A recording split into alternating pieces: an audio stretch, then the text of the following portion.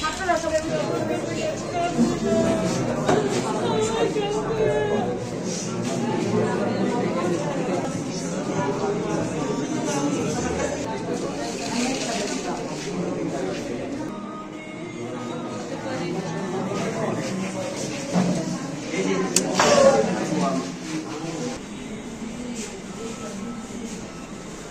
আমরা দেখতে চাই আজকে আমাদের সামনে যারা দাঁড়িয়ে রয়েছে তারা আজকে থেকে 20 বছর পরে সংসদের এক একজন এমপি হবে, মন্ত্রী হবে, এমনকি এই নারায়ণগঞ্জ থেকে প্রধানমন্ত্রী হবে।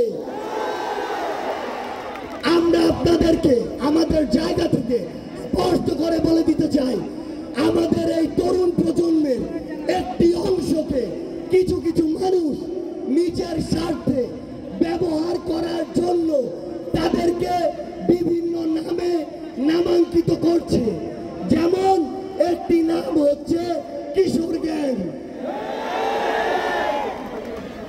আমরা আমাদের জায়গা থেকে আপনাদেরকে স্পষ্ট করে বলি, আমাদের যে ভাইদেরকে কিশোর গ্যাং বলে অভিহিত করা হয় তারা তো কিশোর, তাদের তো অভিজ্ঞতায়, জ্ঞানে কিংবা চিন্তায় স্পষ্ট করে বলি, আপনি কারো লাঠিয়াল বাহিনী হবেন না।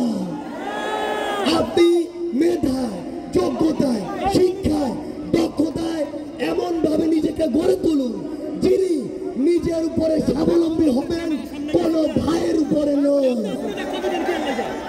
আমাদের জায়গা থেকে আমরা একজন আন্দোলনকারী, আর যদি বলতে হয় সমন্বয়ক, তাহলে এই 24-এর অভ্যুত্থানের প্রত্যেকেই এক একজন সমন্বয়ক। আজকে যদি আমার একজন ভাই কিংবা আমাদের সামনে ওই শিল্ড হিসেবে দাঁড়ানো আমাদের বোনেরা সামনে না থাকতো, তাহলে কি আন্দোলন সফল হতো?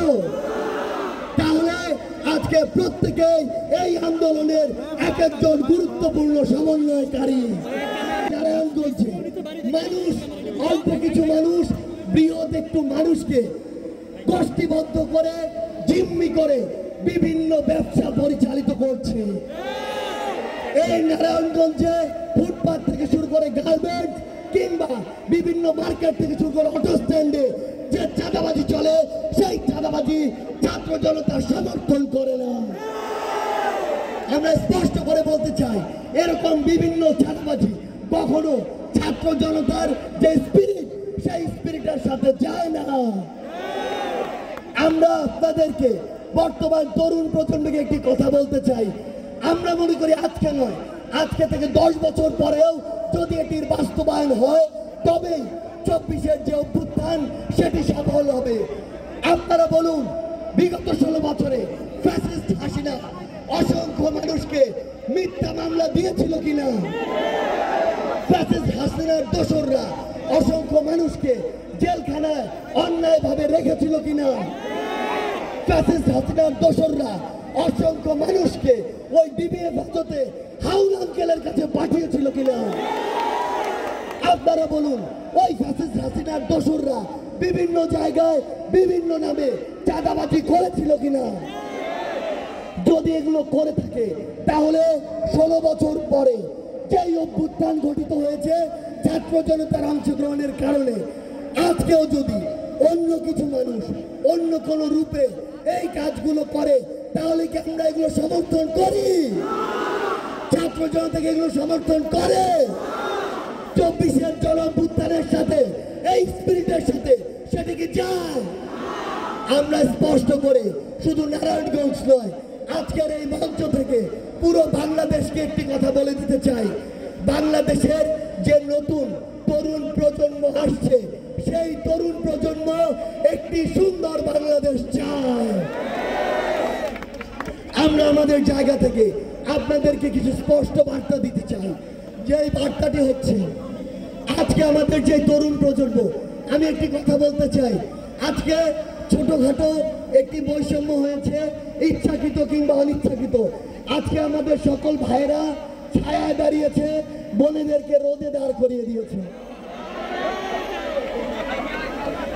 আমরা এরপর থেকে আমাদের বোনেদেরকে যেভাবে মিছিলে সামনে দিয়েছিলাম, আমরা এরপর থেকে সুবিধাজনক জায়গা দিতে, যেটি আমাদের বোনদের জন্য ভালো হবে, সেই জায়গায় তাদেরকে রাখবো। আপনাদেরকে আরেকটি বার্তা দিতে চাই, আজকে আমার সামনে যারা রয়েছে, আমি অডিয়েন্স হিসেবে তাদেরকে এই প্রত্যাশা করেছিলাম, কারণ আমাদের স্বপ্ন হচ্ছে আগামীর বাংলাদেশ নিয়ে, আর আগামীর বাংলাদেশের নেতৃত্ব দিবে আজকের যারা তরুণ সমাজ, তারাই।